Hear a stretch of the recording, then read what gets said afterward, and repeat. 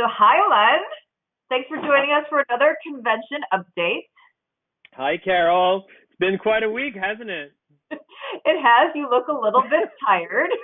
Nee. A little bit, but it's okay. It's all good. All good fun.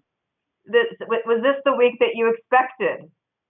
Um, Not at all. If you had told me that it would go this way on Monday morning when I woke up, I would have said no way. But it is.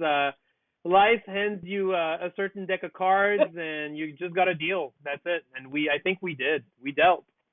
All right, so let's trace things back because I know that collectors have a lot of questions. Obviously, we had a video that we put out right before registration. We talked about convention. We mentioned that you were going to limit convention to Yeah. 500 people. Mhm. So what happened? Walk us through what happened.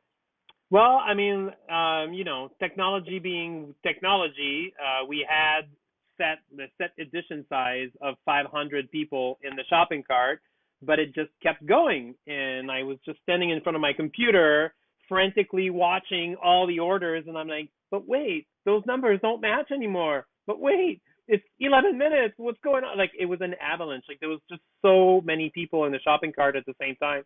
It just kept going, and then we shut it down, and then we realized, oh my God, like, we've got like this crazy amount of guests like showing up. And so we basically had to make a decision on the spot. Like, do we go ahead and disappoint a bajillion people and refund everyone? And then, like, but how do we pick who gets refunded and who doesn't? Or we opted for a version number two, which is let's try to make as many people as possible happy. And here we are. So, like, yes, the crowd is bigger, but I think overall we'll pull this off, and everybody, like, nobody got kicked out. Everybody gets a chance to attend. And I have to say, we've received so many emails of customers abroad who are going to be attending the convention for the very first time. This is like a dream come true for them. And honestly, like, there's a ton of people that would not have made it had we stuck to like and boom, So it's great. It's going to give a great chance to a lot of people. Yeah. So a couple things I just want to clarify because obviously you've got a lot of information there. So just unpack it all. In terms of what happened, we still don't know. We still don't know. We have to run a simulation with the shopping cart so that if we do a first come first served in the future, that we're going to have it fixed. We have some ideas, but this is not fixed. We don't know what the issue is. It's definitely not fixed. So, like, in the future, again, like, it works. Like, if we're doing a pre-order for a club doll, it's easy because we just keep taking orders. And then once we shut it down on the deadline, then that's it. Like, we produce whatever you guys want. Like, this was supposed to be a fixed stop. Like, that's it, pull the plug at 500, and it just kept going. So, like, once we have a little bit of time and the dust settles back down completely, we're just, like Carol said, we're just going to run simulations, figure it out so that this never happens again. But unfortunately, it's technology. Sometimes it just does what it wants. It clearly did what it wanted. Yeah. But what I will say, and again, I know that people are disappointed because we did say one thing and it just isn't what was happening. I appreciate the fact that you contacted me and you asked for my voice on behalf of the club members, since this was really only open to the club and their guests, and that we made this decision, with Percy and with you and with us, representing the club members, that I think made the most sense. And it's crazy. You have the list, and I saw the 500 point cutoff. And people who have been to every single convention wouldn't have been there. Dealers wouldn't have been there. So again, it's just amazing to me that there was that much demand that quickly, and that happened. I will tell you the other thing, because I know that I'm seeing a lot of conspiracy theories that people think that people are just bringing all of their relatives somehow, to purchase extra stuff. I've gone through the list. We have a really good mix of people who've been to tons of conventions in the past but haven't been in several years. We have a very good mix of people who've been coming regularly, and we have a very good mix of new people. And in general, there are not all these sort of extraneous people. There may be one or two examples of people who are bringing some extra people if they had extra memberships, but most people who ordered extra memberships did it for other club members. So, like, if you weren't available, Alain, and you said, hey, Carol, when you register, can you register for me too, so I make sure I get in? some people did that, but Well, there's yeah, no sort of extraneous people. yeah, not only that, but I read some comments that, oh, we should be limiting the convention to only the people that are quote unquote real collectors. Who's a real collector and who isn't? Like who's to make that definition? I think right now we have a good mix. I mean, we know Carol and I know the customers well enough. Yep. We know all of you guys. Lord, I've been doing this for 18 years with Integrity Toys, so I'm proud to say I know probably more customers and collectors personally through what is this, like my 18th or like 17th convention if you count like the jean convention that we've organized. Yes, Alain, you started when you were 10. We all know. Well, I know, like lots of face cream, but seriously, like I again, there's so many names that I recognize. Yeah. I know the product at the end is going in the hands of collectors. I can guarantee you that, Yeah. So that's the interesting part. Yeah. The other thing I'll mention on numbers, just because I'm a numbers dork and you all know I'm a little bit wonky, but I do want to tell you, I know there was some concern about collectability, so I will address that in a few minutes when we go through a few other things. So just remind me to come back to that. Yes, but speaking absolutely. of numbers, so we don't know what the official numbers will be. We'll have a better sense next week once the deadline is set, because obviously you've given people the opportunity to drop off. Cancel, yeah. Mm-hmm. But once that's set, it's set. Like, because this needs to go, to the factory. You guys need to go into production. Yeah, I mean, we're pretty far ahead designing. So like the sort of like good news, bad news of what happened on Monday is that we weren't set on our edition sizes yet. I mean, I understand we've explained how the manufacturing process works while we were at convention, but the reality of the matter is we go into production. So, and from a standpoint of producing 500 or something or 700 of something, there's no difference. Like it's once the initial doll is designed, the patterns are made and everything, for our factory workers to produce a little bit more, it's no problemo whatsoever. As long as the fabrics haven't been purchased, which is why you can't up editions later. But for this particular case, you just happen to get in the window. And so exactly. The extra edition sizes will be set. We'll know in the next couple of weeks. But whatever that is will not hold up production. We can't promise that there won't be a production delay, but we're not intending that there will be one. But if, for God forbid, any reason it is, it's not going to be. But Carol, can I say this though? Like seriously, guys, last year was the first time in all of the conventions that we've organized that we actually had product that it didn't make it.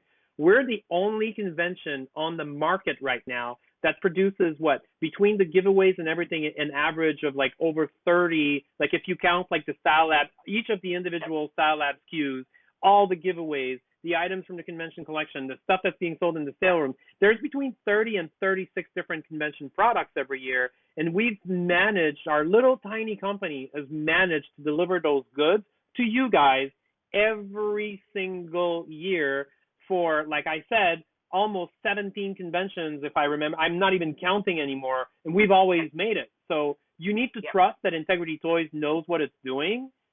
And trust in me, trust in Carol, trust in us. We'll deliver the goods. Well, I'm not going to take any. Well, I mean, we'll deliver the goods. Delivering the goods, but for the experience, I will certainly. There you go. For the experience, like we'll deliver the experience goods. Like you're right. But I mean, and if there's a problem, look, we make through.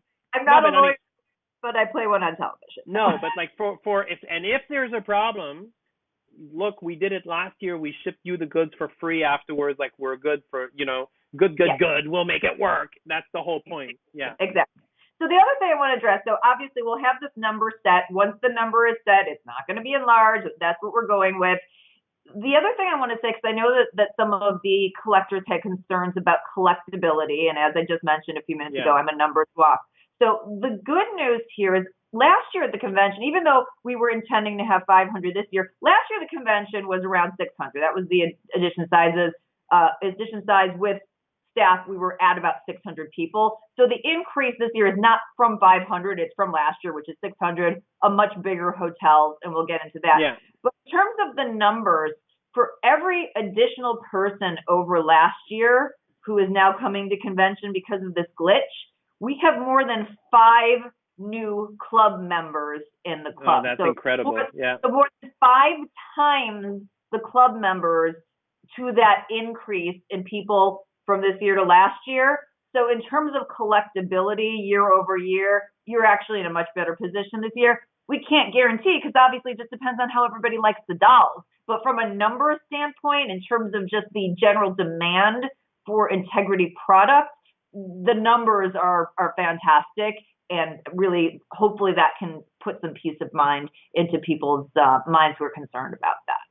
Yeah, and like just to repeat what I said earlier, like we were able to adjust everything across the board. Like anything so we're not going to reduce the amount of chances that you guys have to get product at the convention. Like obviously we know that each of you are paying customers and there's an expectation to get the goods. So that's really so important to us. Everything that's being done is being done in proportional increase to the number of people who are there. Correct. There you go. Plus, and the other thing, yeah, go ahead. I'm sorry.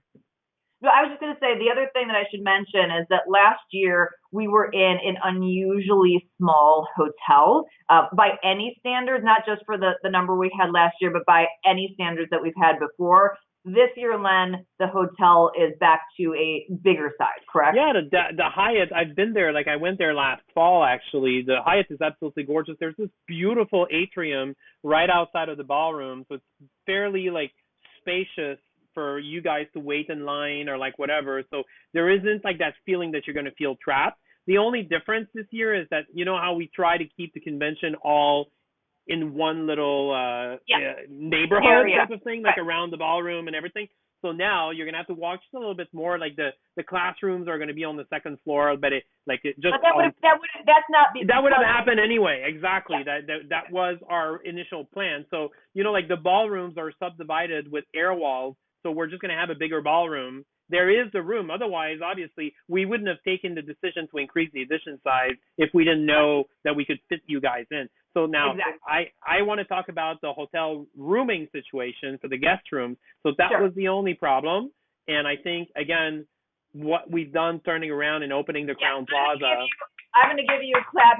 You handled that so fast. My time was up. So 30, what was it? Like 36 hours or 24 hours, like full after, like we jumped like 10 feet high on Monday night immediately, and Tuesday morning we got everything into gears and we made it happen. I mean, there's a free shuttle. It's $20 less just for the inconvenience. And we got the numbers back from the Crown Plaza.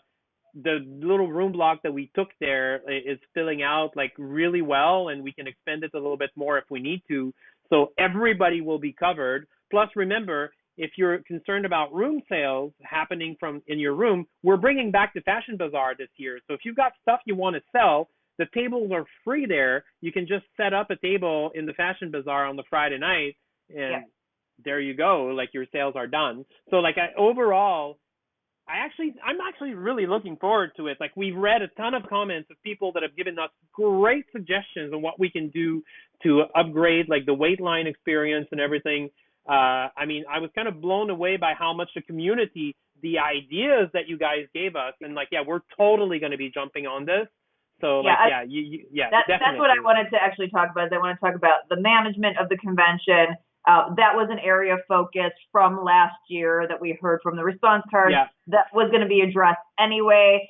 Obviously, we know with the increase in size that that's an important part of the experience, and you guys have heard that loud and clear. Well, we've heard it loud and clear, and not only that, but there's like little things like scanning, like barcode scanning in the sales room.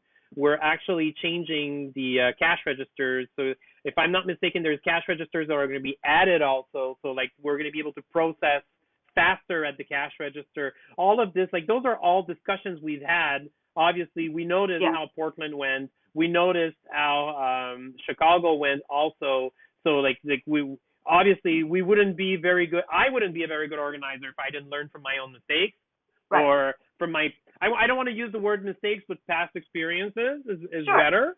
So basically, every time there's sort of a different situation. There you go. So and then technology is also improving. Like that's why we're replacing our register system for a faster one this year. We're going to be dealing with like the whole wait line queue thing a little bit differently. honestly, I have to thank the person who wrote this, like the color coding or like whatever. Like, there's a few suggestions. I can't remember. Like, I'm sorry, I'm really bad with names right now. But yes, I'm gonna do a personal thank you because like some of the ideas that were given were just phenomenal. Yeah.